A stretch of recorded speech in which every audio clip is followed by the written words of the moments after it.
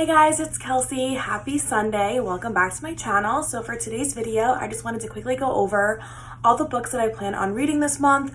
I actually do have a pretty hefty TBR this month, and I don't know if I'm going to be able to get to every book, but I have a bunch of books that I want to read this month, so I'm going to do my best. And for this month, I am going back to my roots. I'm going, back to my normal, what I'm comfortable with, and that is fantasy. So for last month, in February, if you guys saw my last video, I read so much romance and a lot of historical romance.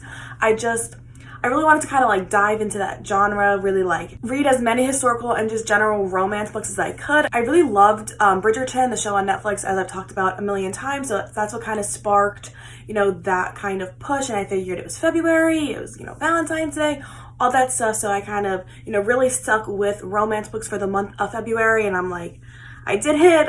I'm done with that for a minute. I'm going back to fantasy now. So for this month, I'm going to try to read 7 fantasy books, which again is kind of going to be hard because these are longer books and it is already 7 days into the month. So we shall see if I'm able to get through all 7, but I will do my best. So enough of that, and let's jump into the video and talk about the books that I hope to read this month. Okay, so to start off this month, I've actually already read A Court of Silver Flames by Sarah J. Maas. I couldn't not read it, and I had to read it as soon as possible, and I did actually hold off during February. I did pre-order it, so I did get it basically in the middle of February. So when it arrived, obviously I wanted to just kind of pick it up and F all the books on my February TBR and just jump right in. But, I wanted to read those books, so I did. I held off. And this is the first book I read in March, and I've already read it, and it was so good. Honestly, I had such high expectations for it, and it exceeded all expectations. I don't know. I don't know how she does it. She just speaks to me personally. I know a lot of people love Sarah J. Maas, but everything that I love in a book is just what she puts in her book. So she just covers all the bases for me. She checks all my boxes, and I honestly wouldn't change anything about this book. Maybe I would make it a little bit shorter because it is kind of long. It's just about 750 pages. So she's thick, you know what I mean? So maybe I would have taken 50, 75 pages out if I could have, but I just thought this book was so good. For those who don't know, this book is the next book in the Court of Thorns and Roses series. So it's not the same trilogy as the original 3 books. It's basically in the same world. So we have our original 3 books in A Court of Thorns and Roses. Then we have kind of our transition book, which kind of transitions our main characters from basically Feyre to Nesta and Cassian. So in this trilogy, we are focusing on Nesta and Cassian's story as opposed to in the first books where we followed Feyre's story. And basically, just to give you a little, sneak peek about this book without giving away the original trilogy for those who haven't read it, basically in that original trilogy, it ends, we have this war. And after the war, Nesta kind of has a lot of PTSD and a lot of just guilt and mental issues from her life, kind of as a whole. So kind of at the beginning of this book, she's kind of spiraled into this really dark place. And in this book, we follow her journey of finding herself, forgiving herself, her mental health journey. And that's all I'm going to say because I don't want to give anything away. But I just thought this book was so good. And following her kind of mental health journey, I just thought was so relevant to what's going on in the world right now. With everything going on, I don't really want to touch upon it and, be super depressing, but people are struggling, right? It's not a happy time in the world right now. So I think a lot of people are kind of struggling with mental health and just not being able to leave their households that much, and all kind of what everyone's experiencing, right? You guys know what I'm talking about. So I think that was super timely, just kind of seeing how she's dealing with her own issues and how people can maybe relate to that in their own issues that they're struggling with. So I just thought that was super relevant. Maybe someone somewhere can relate to her journey because of what they're going through. I also really like how this book, we kind of get both Nesta and Cassian's point of view. We get to see them together, and then we get to see what they're doing individually, which I thought just kind of makes the book a little bit more well-rounded. Whereas in the original trilogy, it's really just from Feyre's point of view. So we only get to see what she's doing, kind of what she's thinking, and that's kind of what the whole trilogy is about her. So I like how in this one we kind of get both of their perspectives. It kind of lets us see a little bit more of what's going on in the world, not just from one person. And I also love that because this book does take place in the same world with a lot of the same characters as the original trilogy, we still get to learn more about the original main characters like Feyre and Rhysand and Tamlin and all of those people, but now we're focused on a different, I guess, like main character and, you know, love story. So we get to kind of see all this new stuff happening, learn about these new characters a little bit more, but we still get to like kind of like satisfy our wants for like the original characters that we all fell in love with in the original trilogy. Also, the steam in this book is like, whoa. Like, I was reading it in front of other people, and honestly, like, I don't recommend that because it's just like awkward. Like, I was reading the pages and I was like, if anyone knew like what I was reading right now, like that would be weird.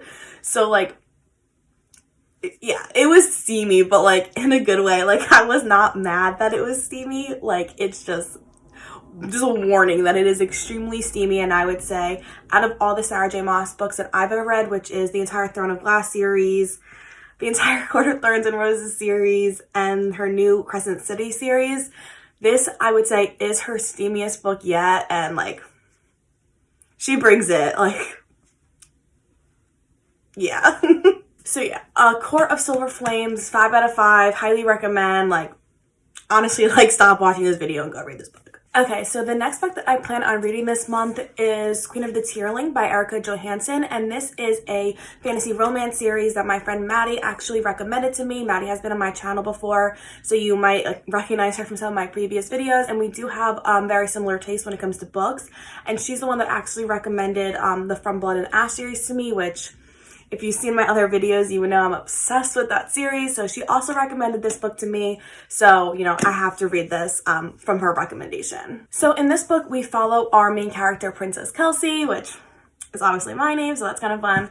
But we follow her basically, I guess, like coming of age stories. She is raised in exile, and basically we're following her journey to like reclaim her throne.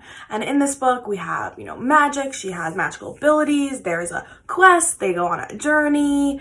There's love, there's betrayal, anything you could want in like a fantasy romance series. It sounds like this book has. Obviously, I haven't read it, so I don't know for sure, but just from reading the description and what I've heard about this book, it kind of checks all the boxes in the fantasy romance series, and it sounds really good, so I'm definitely super excited to jump in, and I will let you guys know my final thoughts when I read it. Okay, the next book that I want to read this month is The Way of Kings by Brandon Sanderson, and this is a high fantasy series.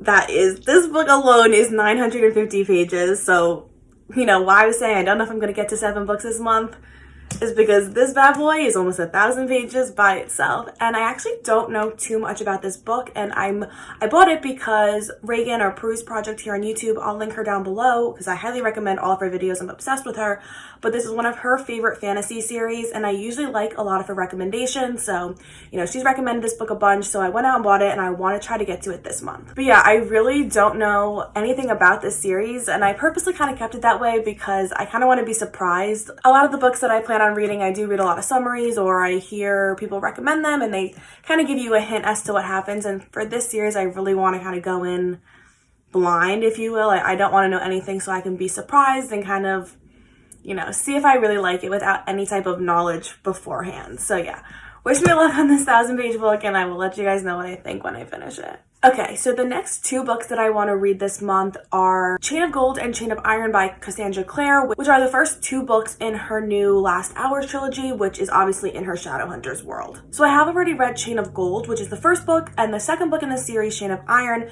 just came out, so I want to reread the first one before I jump into the second, kind of just remind myself what happened and set myself up perfectly to kind of jump into the new book. And this series is a historical fantasy which takes place in 1800s England, and there are Shadowhunters, there's vampires, there's demons, kind of all the stuff that is in every Shadowhunters book. So in the first book, we follow our main characters, Cordelia Carstairs and James Harrendale, and they're obviously Shadowhunters.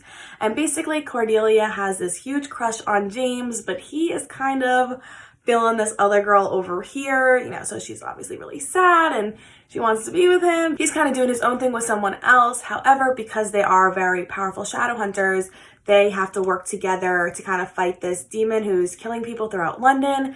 And while they're kind of investigating these deaths and figuring out what's going on, they're bonding and they're doing all this stuff together. And so they start to kind of have a relationship, but it kind of blows up at the end, and you know, nothing could ever be so easy. So the first book kind of hangs off in a cliffhanger, so I'm super excited to jump into the second book. And you know, all of Cassandra Clare's Shadowhunters series are really good. I would say they just kind of get better each one. I'm very partial to her Clockwork Angel series. That's personally my favorite one, but I would say that she kind of brings it with each series. Like, they're not repetitive, even though they all take place in the same world, and they do have repeat characters, kind of like Magnus Bane is in every single series. And the characters pop up in a lot of different books, and kind of you see them grow and you continue to learn about them. Yeah, so I am super excited about the second book in this series, and again, I will let you guys know what I think about it when I read it. Okay, and the last two books that I want to read this month are the fourth and fifth book in the Percy Jackson The Lightning Thief series by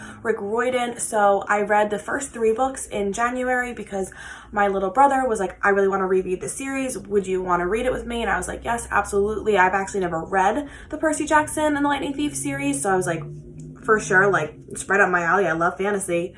So I was able to read the first three books in January, and then because I wanted to read all those romance books in February, I kind of took a break, but now I want to finish the series and kind of see how it ends. So for those who don't know, Percy Jackson is a contemporary fantasy book that is based on Greek mythology, and we follow our main character, Percy Jackson, obviously, and he is a demigod. He is the son of Poseidon, and then his mother is immortal. And basically, Percy, with the help of his friends, just basically save the world in every book. And so I'm really excited to kind of see how the series ends, how they, you know, obviously defeat the bad guy that's kind of been in the shadows throughout the books that we've read so far. So I'm excited to see kind of how it ends and, you know, what happens with Percy and Annabeth and Grover and all the other characters that we've met so far. Speaking to the books that I've read in this series, I've actually liked them a lot more than I thought I would. I figured I would like them because, again, it's right up my alley with fantasy, but they are children's books, you know, they're made for, you know, elementary, middle school or whatever. So I was like, it might be a little bit like boring or beginner or whatever, but I actually didn't feel like that way at all. I liked that they're super fast paced, and to be honest, like the Greek gods and all of that stuff, like I don't really remember that stuff. So I've had to kind of relearn it, but in a way that I really enjoyed. Like I didn't remember what Apollo was the god of, or Artemis, or, you know, a lot of the gods that they bring up. So I've had to like look up, you know, what is Apollo the god of? And I've actually really enjoyed kind of relearning a lot of Greek mythology, which has made the book a little bit more difficult than I thought it would be because, again, I'm not super familiar with Greek mythology. But yeah, so I've really liked the series so far, and I'm really excited to see how it ends, and I would definitely recommend this book if you are, you know, looking for an easier book, or if you're a fan of Greek mythology, then I think you'll really like this. So those are all the books that I plan on reading in the month of March. Again, wish me luck because there are some hefty books in here. And it's already, like 7 days into the month, so I don't have too much time, but I'm going to do my best to get through as many books as I can. But yeah, that is all I have today. Leave me a comment down below what books you're planning on reading this month, because I'd love to hear from you guys. But as always, please like this video, please subscribe if you aren't already, and I will catch you guys in my next video. Bye!